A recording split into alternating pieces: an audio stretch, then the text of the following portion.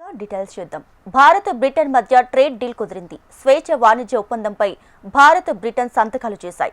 Modi, Keir Starmer ఎఫ్టీఏపై సంతకాలు చేశారు. ప్రస్తుతం భారత ప్రధాని మోడీ మాట్లాడుతున్నారు. లైవ్ లో చూద్దాం. मात्र आर्थिक साझेदारी नहीं बल्कि साझा समृद्धि की योजना है. एक और भारतीय textile, footwear, gems and jewellery, sea food और इंजीनियरिंग गुड्स को यूके में बेहतर मार्केट एक्सेस मिलेगा.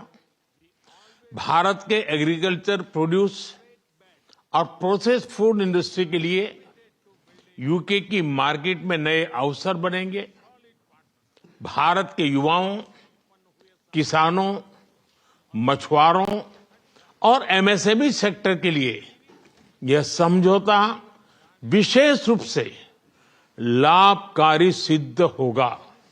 वहीं दूसरी ओर भारत के लोगों और इंडस्ट्री के लिए यूके में बने प्रोडक्ट्स जैसे मेडिकल डिवाइसेस और एरोस्पेस पार्ट्स सुलभ और किफायती दरों पर उपलब्ध हो सकेंगे. This agreement does not merely pave way for economic partnership, but is also a blueprint for our shared prosperity. On the one hand, Indian textiles, footwear, gems and jewelry, seafood, engineering goods will get better market access in the UK. Indian agricultural products, processed food industry will find new opportunities in UK's market. This agreement will prove especially beneficial for India's youth, farmers, fishermen and MSME sector. On the other hand, people and industries in India will be able to access products made in the UK, such as medical devices and aerospace parts at affordable and attractive prices. इस समझौते के साथ ही double contribution convention पर भी सहमति बनी है. इससे दोनों के सर्विस सेक्टर, विशेषकर टेक्नोलॉजी और फाइनेंस के उसको एक नई ऊर्जा मिलेगी. ईज ऑफ डूइंग बिजनेस को गति मिलेगी. कॉस्ट ऑफ डूइंग बिजनेस घटेगा और कॉन्फिडेंस ऑफ डूइंग बिजनेस बढ़ेगा.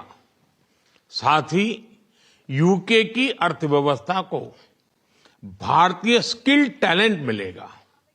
इन समझौतों से दोनों देशों में निवेश बढ़ेगा और रोजगार के नए अवसर बनेंगे.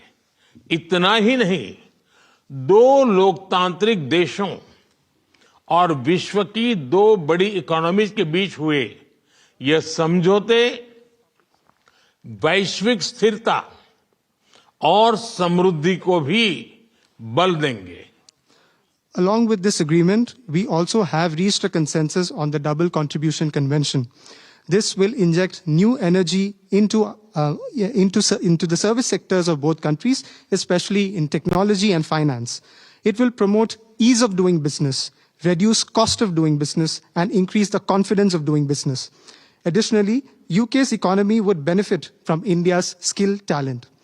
These agreements will enhance investments and generate new employment opportunities in both countries.